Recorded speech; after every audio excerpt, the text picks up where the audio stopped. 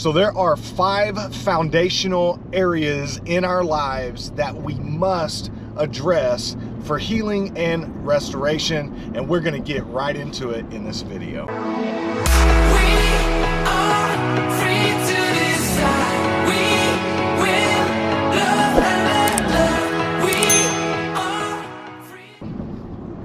What's up, everybody? I'm Jay.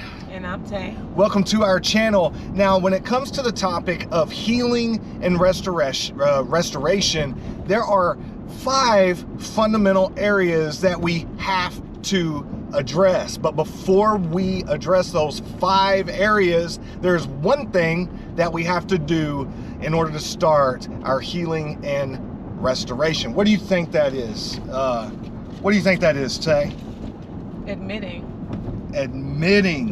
Yes, admission is really difficult actually for anybody to do, because these 5 foundational areas that we have to admit to is pretty difficult because of pride. And so we're going to cover those right now. The first thing that we must admit to is the best one, I think, is realizing that there's hope. You're not stuck in the situation or the feelings or the mindsets or perspectives that you feel like there is just no hope and that you're stuck into. You're not going to stay like that. I can kind of attest to that, because our perspectives are molded by either knowledge, information, or experience. And you know, if you've watched some of our other our other videos, you know that our experiences have been pretty toxic, much like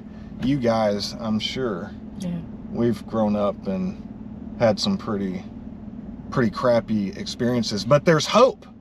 The second thing, you guys want to stay with me because this is really, really good. The second thing is, I think, one of the most hardest things to do, or the hardest area, and that is stepping out of hiding. And what that means is really taking that area, that perspective, that mindset, and exposing it, being vulnerable enough to admit and say, hey, this is a problem in my life. Many times we don't think that the things that we go through are problems, or that they are maybe toxic, or maybe they're not, that anybody else would even understand, or that no one would understand. There's no way that you or them could understand what I am really going through, and therefore I'm not even going to talk about, I'm not even going to bring it up, I'm not going to share, because 1, somebody may think I'm crazy. Yeah. Or 2, I don't want to be looked down on. Or 3, the biggest thing is, I don't want to feel shame. Yeah. So shame is a big piece of stepping out of hiding, because there are things, if we're being completely honest, that we're not proud of. Right.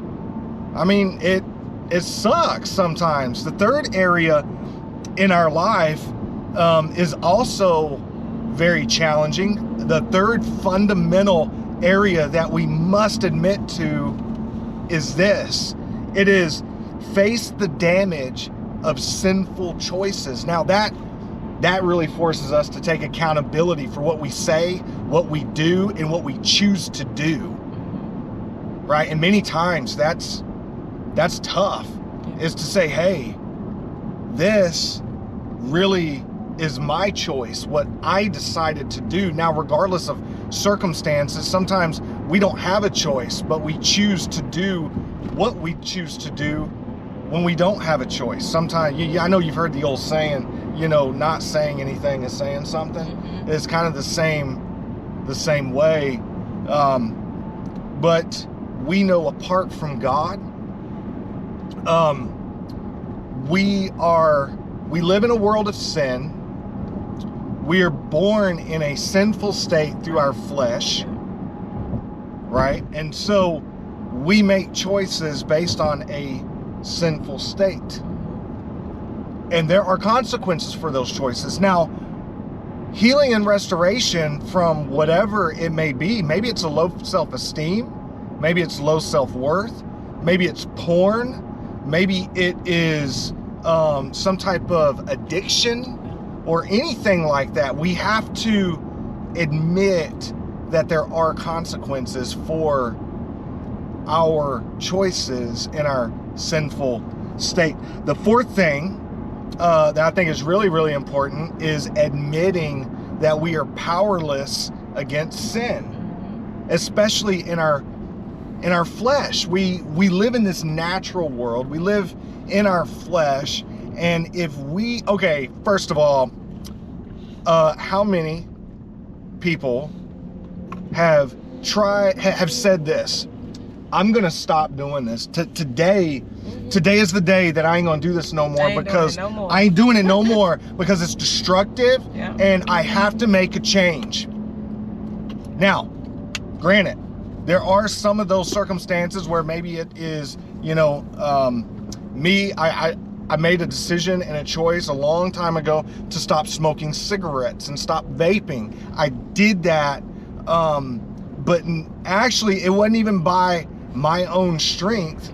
I was going through a whole fasting period and everything like that. I asked God to take it away, consecrating the body, yada, yada, yada. But when we try to do things in our own power and our own might, how many times has that worked out? It don't work out at all. You actually go back to whatever that thing is. And sometimes you dive in even harder. Yeah. Right? And that kind of reminds me of that scripture where when a demon leaves or an evil spirit leaves, it goes into dry places. When it comes back to its house, it finds it in order, cleaned up, and empty, but then it goes and takes 7 more with it to dwell in the home. So if you think about that perspective, maybe you have a sin and you're saying, hey, I'm not going to do this anymore. This is it. You kick it to the curb and now it's empty. You're not doing it anymore. And there's a clean slate here,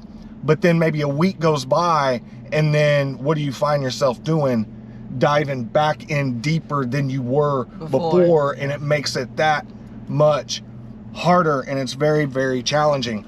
The 5th area we have to admit, and by all out of all of them, I would say this is the absolute hardest. If you are still watching this after I say this 5th area, I want you to put in the comments, just interact with us here and tell us how hard this 5th area is for you. And that 5th area is asking and seeking for help. That's difficult, man, because we feel like we can do it. We don't need nobody's help. We're not like the, man, we got this. You know, and many times when we don't seek help, it's because of pride, right? Because we feel like we can do it on our own, or maybe there's another caveat to that. Maybe we don't seek help because of shame. The sin that we are trying to seek healing and restoration from is it feels so heavy, and going back to what you said, no one would understand this. No one would get it.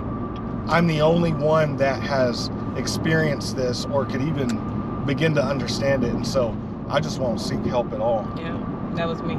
Yeah?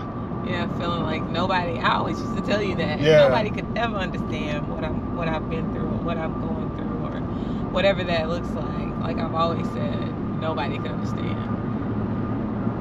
She's even said it to me before. I'm like, I do understand. And you know what's funny is that word nobody is a very like straight to the point period of like, there's just nobody on this earth, right? Nobody will understand this. And I think what we found out just by talking to people and just by, you know, listening to other people's stories, that there's a lot of people that have gone through some craziness for sure. in their life that that would understand and relate. And maybe it's not the exact same flavor, but they've been through something very similar, that they can have ultimate compassion for and empathy for your certain situation. But I know it's very, very difficult to get to that point of asking for help, saying, hey, I need to do something, and I am powerless over this addiction. I'm powerless over this sin that I'm trying to do, and I need healing and restoration. But admitting to those 5 areas, I think, will foundationally set you on the right foot for healing and restoration. It's not a sprint. It's a marathon. It is definitely a marathon. It's not, I mean, you may get some quick deliverance and everything like that in some areas by, a revelation or a thought that just kind of rewires your perspective. And that can be done. But many times, if you're like us, it is definitely a marathon. It does take that time to go through this healing and restoration type process. But don't give up, right? That's the first area, is know that there's hope. Yeah. Don't feel hopeless, because you and us, we are in Christ, and so we have hope there. So don't forget that there is actually hope. And then again, stepping out of hiding, bringing that area out of light is challenging and difficult, and it's going to be uncomfortable. Just know that. But it's a vital area that we have to admit to. It's very, very uncomfortable. So I'm definitely relating to that part of it. It's very uncomfortable. It's so out of the norm. It's it's easier to just keep it in and not share and not seek help and just deal with it. But it is so much better when you get the help. Be able to admit it, confess and admit it, and you know what I'm saying? Yeah, because sometimes we're even taught to not expose it or not talk about it from our childhood. Oh, yeah. Because that's what we've seen done. Right. We'll just sweep that under the rug, and not talk about it. And then the third area, we're just recapping real quick. The third area is facing the damage of our sinful choices. There are some things, not everything's a demon. We're not going to be over spiritual in some of this stuff. Mm-hmm. We do make choices, and there are consequences for our choices that we have to live with, we have to face, and we have to respond to. Yeah. And a lot of times that's very difficult, because it's much easier to point that finger and blame others for our own choices than to take ownership and accountability and say, hey, this was a choice. I did have other options, but through my emotions, through my perspective, through my experience and knowledge, I chose this. And having to sit there and stand on that is very uncomfortable. It is. And very, very difficult. And then the fourth area is admitting that you're powerless against sin. We can't do this alone. We can't do it in our flesh. Our flesh is faulty. If it wasn't faulty, then we would have flesh in the presence of God, and that is just simply not true.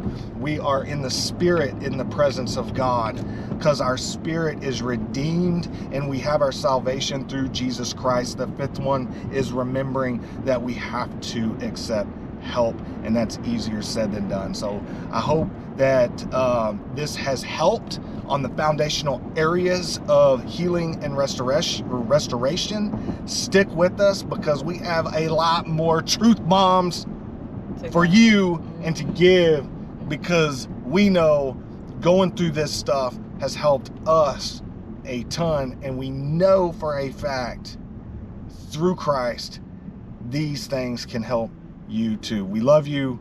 We thank you. Oh, and don't forget, check out this video for some other deep self-reflection examination, because this one is a banger, y'all. We love y'all. We're out.